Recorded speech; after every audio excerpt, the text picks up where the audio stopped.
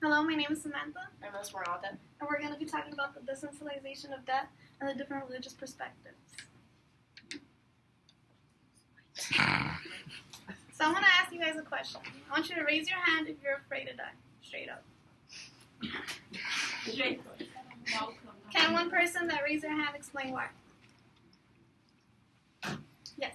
My main thing is that darkness scares me a lot, and I'm also afraid of the pain associated with death that I might have before I die. Okay. Well, our purpose is to make you feel more comfortable in approaching the idea of death or dying, and also just to Take death more seriously. and to find fulfillment in life before you die. So I want to analyze this quote by our Greek philosopher Socrates. The unexamined life is not worth living. This doesn't mean, oh, kill yourself if your life sucks or something. It doesn't mean that. It's just motivating the individual to further analyze what's going on in their life, go beyond what society expects from them, and just appreciate everything they have. Because it is hard to think about death and be like, oh, well, if I'm going to die eventually, well, what's the purpose? Well, it's not that. It's the legacy you leave behind. It's what you created. It's who you are. It's your identity. So let's start off with the Mayan and Aztec civilization. So the way they approached death was by sacrificing human individuals to receive goods. They believed that by sacrificing an individual at a certain time of day or whatnot, that they would receive the gods would not be mad, or the crops would grow, or natural disasters would stop occurring. Little did they know that they were wrong, but the people that were sacrificed were all for it. Like, they decided, like, oh, well, if this is for the better of my society, my community, then I'm gonna use my body to be sacrificed. And then this just shows an example of like how radical like the idea of dying was, but it had a different meaning. Like, people weren't afraid to die, and as time came, like, till now, till the 21st century, like, most people are afraid to die. And like, I'm not saying, oh yeah, you should get sacrificed, but let's look at it in a more modern like term. Like, if you want to do something for your society, like, don't be afraid. Find the courage to do your best and influence others to continue living the way they live. Well, people think that, oh, we mostly die because of like accidents or whatnot, but the leading cause of like death is heart disease, and then these are all mostly natural causes, and then suicide's at the very end. So this shows how if you continue to like, okay, yeah, these are like, you have these diseases or whatnot, but it's because it's natural. It's like a natural occurrence that you cannot prevent yourself from getting disease. Well, you can, but it's not like, oh, well, it's not curable. Like, some people have diseases and you can't just say, oh, well, I'm gonna die since I'm already like ill. You have to like find the cure for it, or just live your life with the disease and be proud of it. Be proud of your struggles. So the Christians, Islam, and Hindus and Buddhists believe in the afterlife. And in the afterlife, many believe that their soul would either have a new life, or that they would either go to heaven or hell.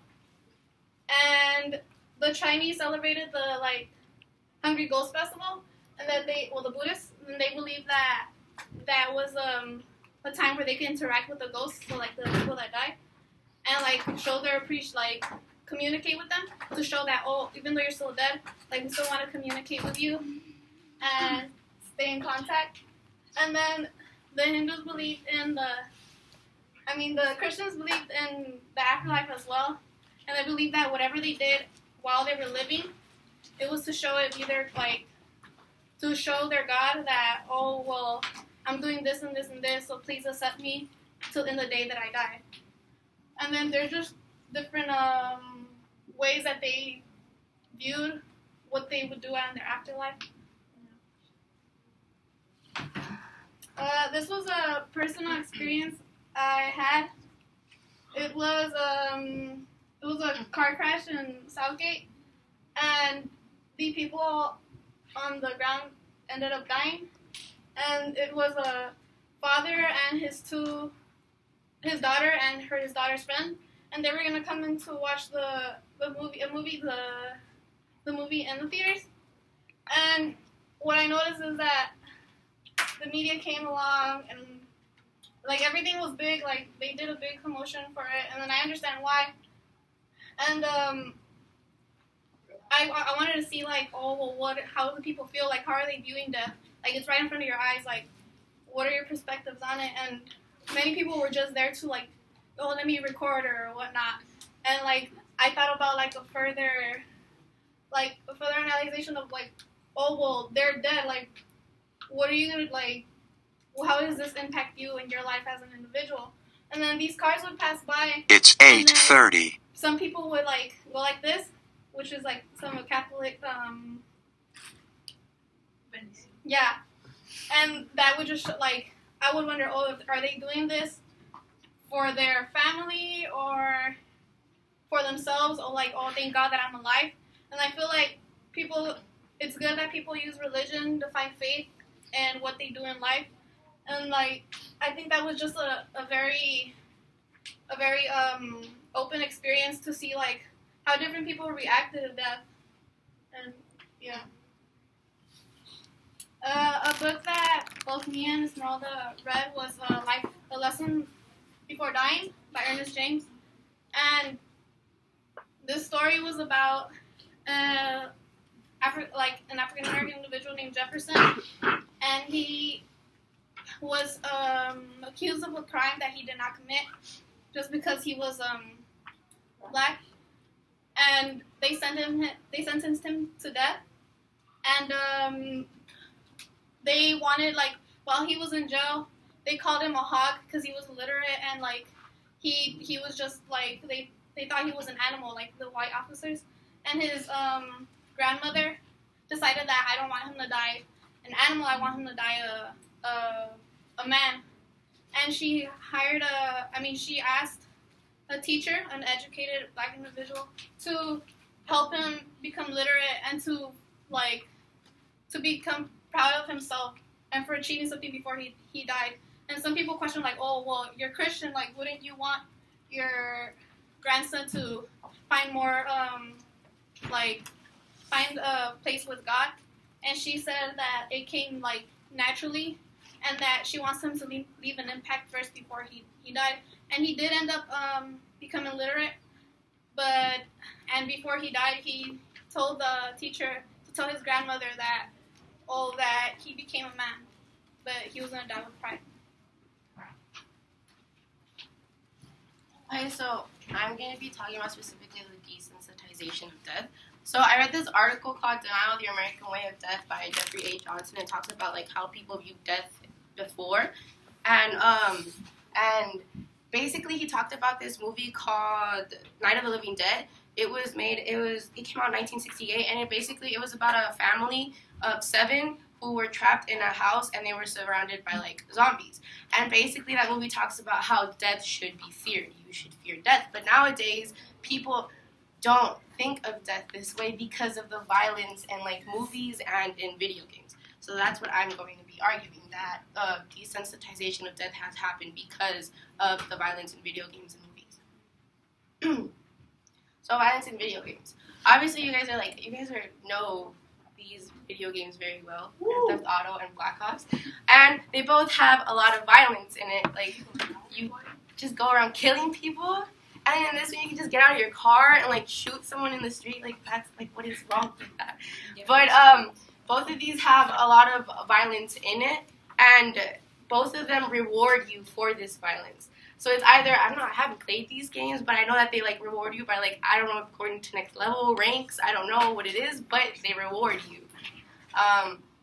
So like by rewarding the people, they're like, oh, well, I'm doing something good. Like, I'm killing and I get rewarded for it. So eventually people get brainwashed into believing like, oh, death isn't such a big deal if I'm getting rewarded for it. Maybe I should do it more often in the video game. And it just brainwashes into believing that death isn't something that big of a deal anymore. So I don't know if you guys know who Adam Lanza is. Does anyone know who he is? He's the shooter from the Sandy Hook Elementary School shooting, and he killed, I think it was like 16, something like that, a couple of students, and they were all from the ages 5 to 10, and then 6 adults, staff members that worked there, and there wasn't any like evidence that said because of video games this happened, he did this. But when they searched his house in his game system, they found a game called School Shooter. So it's like that could have, there was no evidence that was what caused, that gave him the idea of killing these people, but there's no evidence that it didn't. So that could have been that could have been something that influenced him into going out and killing so many people, because this game is all about literally a school shooting. Go into a school and kill. Exactly what he did at Sandy Hook Elementary School. I don't know if you guys know who James Holmes is. Yeah. So he's the guy who shot up the movie theater at the Dark Knight Rises premiere. So, and then he was dressed as the Joker. And that's that movie has a lot of violence in it too, because basically the Joker. And so there's obviously nobody straight out came out and said, nobody gave a report that said, oh, it was because of the movie as to why he did this. But I mean, he was dressed as the Joker, so it's obvious that this movie influenced him into going out and doing that himself. So it just shows how the violence in this movie, he looked up to the Joker, and he was like, oh, I should go out and do what he's doing, and then he went out and did it. So it shows how the violence in this movie could have caused him to do that. Whether there was no evidence, but it's kind of obvious since he dressed as the Joker. So then solution, there's not really a specific solution to stop this, because no matter what, people are going to continue to play video games, and it's not like you can tell a certain person don't make these type of video games anymore, or don't make these type of movies anymore, because whether we like it or not, there's always going to be so much violence in movies and games that will lead to people believing that death isn't such a big deal now, since they see it so often. But obviously it's just about telling people that obviously death is a huge deal. Death is someone's life ceases to exist. This living person that used to mean so much to so many people just ceases to exist. So obviously death is a huge deal, and it's just about making sure people are aware of that. And also, find meaning in your life. The whole live life to the fullest. If you live without finding, what are my specialities, what am I here for, then you need to, because that's what's going to give, your life meaning. And, well, like they used to say, you only live once, so. Yep.